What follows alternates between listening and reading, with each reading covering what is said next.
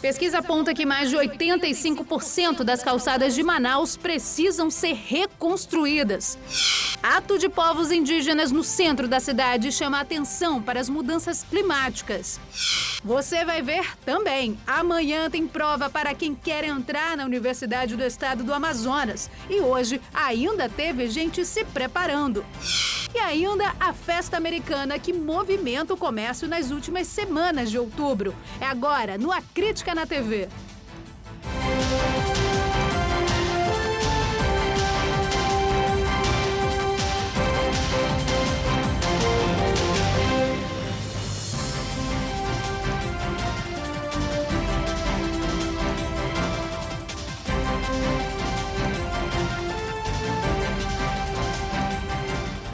Boa noite para você. Olha, encerrou neste sábado o sínodo que este ano trouxe como tema a Amazônia.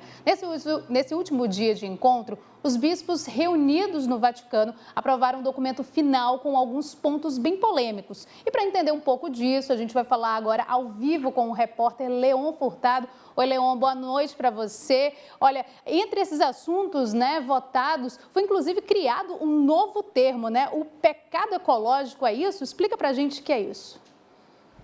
Boa noite, Tamires. Boa noite a todos que acompanham a Crítica na TV. É verdade, Tamires. O pecado ecológico foi um dentre os 120 pontos analisados pela Igreja Católica no Sínodo da Amazônia, que reuniu mais de 180 bispos lá no Vaticano. Todos eles estavam a portas fechadas discutindo essa atuação aqui na região durante aproximadamente 3 semanas.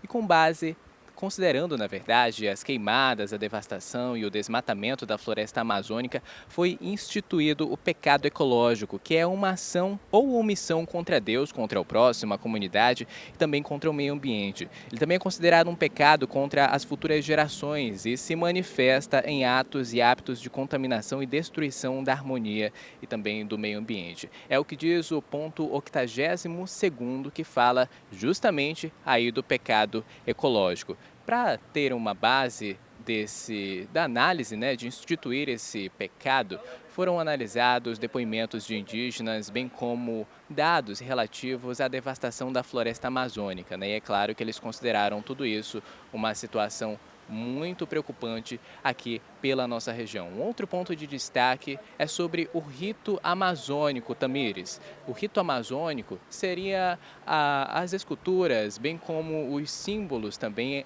indígenas, criados pelos povos indígenas nos locais de adoração a Deus, Então, no caso, foi um ponto que causou bastante polêmica, inclusive, lá no Vaticano. Alguns símbolos foram levados para lá, para um determinado local e foram roubados na semana passada e foram encontrados lá no Rio Tibre. O Papa, inclusive, pediu perdão pela situação. Tem um outro ponto em específico que nós podemos citar aqui do Sínodo da Amazônia, que foi a ordenação de padres casados, os chamados viri probati, muitos deles indígenas, para enfrentar a escassez de padres na região, Então, no caso, na região amazônica que nós estamos falando em específico.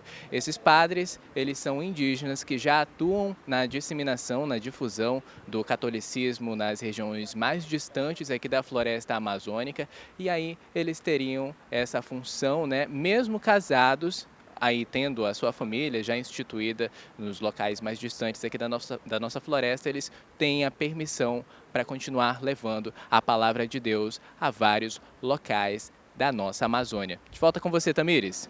Obrigada, Leon. Boa noite para você. A gente volta daqui a pouquinho a falar com você. Esses assuntos aí provavelmente não vão encerrar agora, ainda vai dar muito pano para manga. Os conservadores, eles vão começar a falar disso ainda ao longo da semana, com certeza, A gente volta já a falar com você. E olha, nessa semana, uma embarcação bem especial chegou a Parintins. É o barco da Bíblia, que faz parte do programa Luz na Amazônia. Há mais de 50 anos, essa biblioteca itinerante leva conhecimento e literatura religiosa à população que vive na região norte. O barco está ancorado no porto da cidade. Dentro dele, há um vasto acervo de Bíblias. Essa palavra que transforma vidas a todos, a um preço que você pode adquirir. Nós temos Bíblias a partir de R$ 3,50. Imagine, R$ 3,50, materiais infantis a partir de R$1, Bíblia de estudo, tá? Material acadêmico, Bíblia para evangelismo, material católico também, tá? E o Museu da Bíblia, espaço cultural, que você vai conhecer achados arqueológicos, tá? O barco vem uma vez por ano em Parintins. Rose trouxe a família para conhecer o local e fez questão de comprar o livro sagrado infantil para o filho Nicolas. No mundo que está, eu faço de tudo para não perder meus filhos para as coisas que estão acontecendo. Então, eu acredito que esse é o melhor caminho que eu devo incentivá-los. Eu tenho 3 meninas e ele meu único menino. Então, assim, eu quero fazer de tudo para mim continuar firme na fé com a minha família. A livraria da embarcação também dispõe de bíblias em braille. O único quesito que a Sociedade Bíblica pede para você é que você saiba, domine a leitura no braille. Por quê? Você entra em contato conosco, com a Sociedade Bíblica do Brasil, você é cadastrado e recebe gratuitamente uma Bíblia em braille a cada 3 meses. Se você não souber ler o braille, não vai ser problema, não vai ser empecilho. Você é cadastrado e vai receber na sua casa a Bíblia em áudio. Você não vai deixar de escutar a palavra de Deus, de conhecer a palavra de Deus, gratuitamente. A embarcação fica em Parintins até o próximo domingo, dia 27. O atendimento ao público funciona das 8 da manhã às 7 da noite. A entrada é gratuita. Super legal, tem variedades. E assim, é diferente do que a gente não encontra aqui na nossa cidade. Desde os pequenininhos até adulto.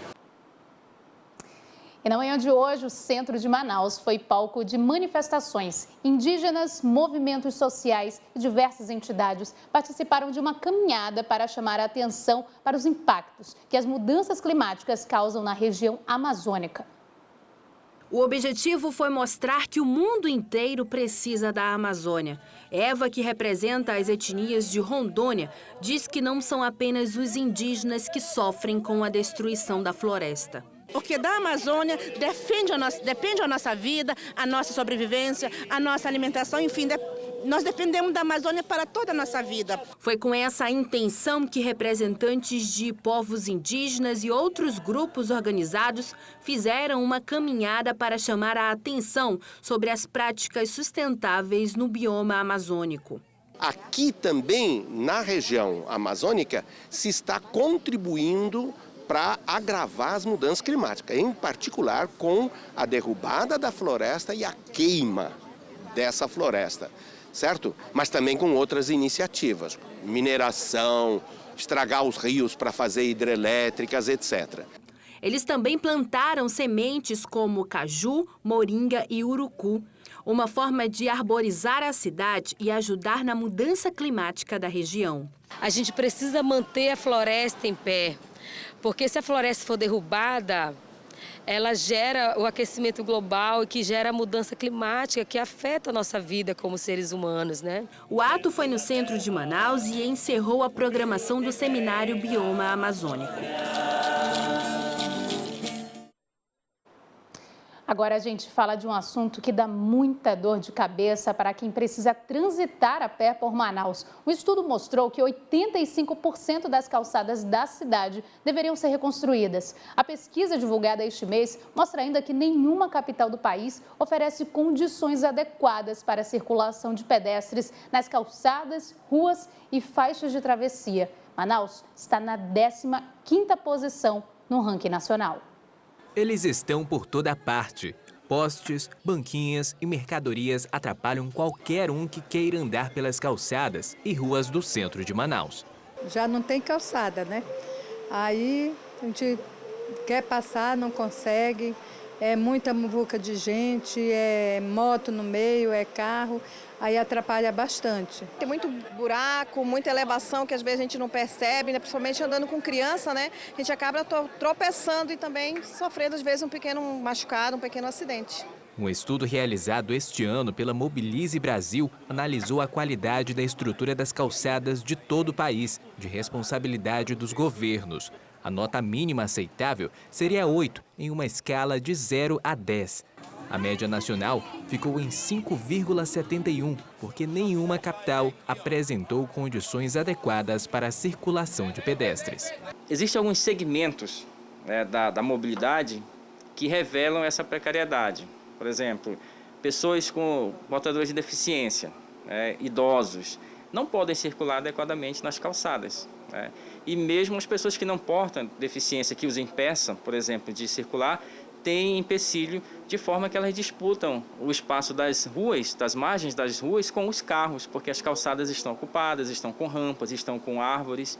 Manaus também seguiu a média nacional e ficou na 15ª posição no ranking das capitais.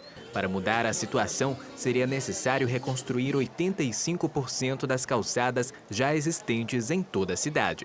Quebrada e construída, melhor dizendo, porque a maioria das calçadas onde tem são inadequadas, são estreitas, são cheias de rampas para a subida de automóveis, desniveladas, e nas periferias, principalmente em áreas de ocupações irregulares, cujo urbanismo é precário, as calçadas são basicamente inexistentes. Por aqui é comum ver pedestres disputando espaço nas calçadas. Os públicos mais afetados são idosos, deficientes físicos e os visuais, que ainda têm o desafio de passar pelos inúmeros desníveis causados pela falta de manutenção e planejamento das áreas.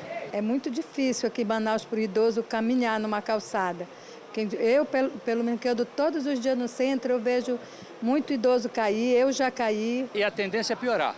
Pelo que se sabe, a Secretaria incumbida, a Secretaria Municipal incumbida de fiscalização desse processo, não tem fiscal, não tem orçamento e a coisa está ficando difícil. Final do ano, isso aqui vai virar um inferno. Para o especialista, uma das alternativas para mudar o cenário atual seria quebrar a cultura do patrimonialismo, ou seja, de que cada um é dono de sua calçada. As pessoas confundem, por exemplo, o espaço da calçada como se fosse extensão da sua casa, e não é. O espaço da calçada, as pessoas têm o dever de tomar conta, mas ela não pertence a ninguém. Do ponto de vista do uso, as calçadas pertencem a todos, mas do ponto de vista da propriedade, elas não pertencem a ninguém. Sobre o resultado do estudo e as condições das calçadas na cidade, a Prefeitura informou em nota que iria fazer um levantamento para repassar à nossa equipe, mas até o momento não recebemos essas informações. Agora você confere o resumo de notícias.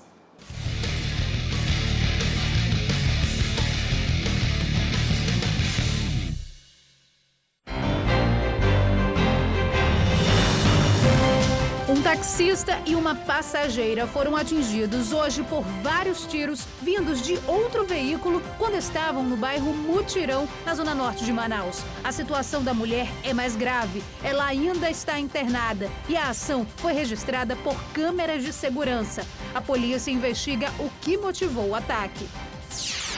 Ontem à noite, um homem foi preso por tráfico de drogas em Maués. Ele estava com uma mochila de 20 porções de maconha e ainda tentou fugir da abordagem da polícia. E o ônibus da mulher, que oferece atendimento, encaminhamentos e orientações sobre violência doméstica, vai estar na próxima terça-feira no ramal do Pau Rosa, no Tarumã Mirim, área rural, na Escola Municipal Professora Neuza dos Santos Ribeiro. O serviço é oferecido até o dia 1º de novembro e é coordenado pela Secretaria de Justiça, em parceria com o Tribunal de Justiça do Amazonas. No próximo bloco, a gente vai falar de vestibular. Amanhã vão ser aplicadas as primeiras provas para quem vai disputar uma das mais de 3.000 vagas na universidade, nas sedes de Manaus e no interior. Os detalhes a gente te mostra daqui a pouquinho. Agora são 8h13 e a gente volta já já, não sai daí.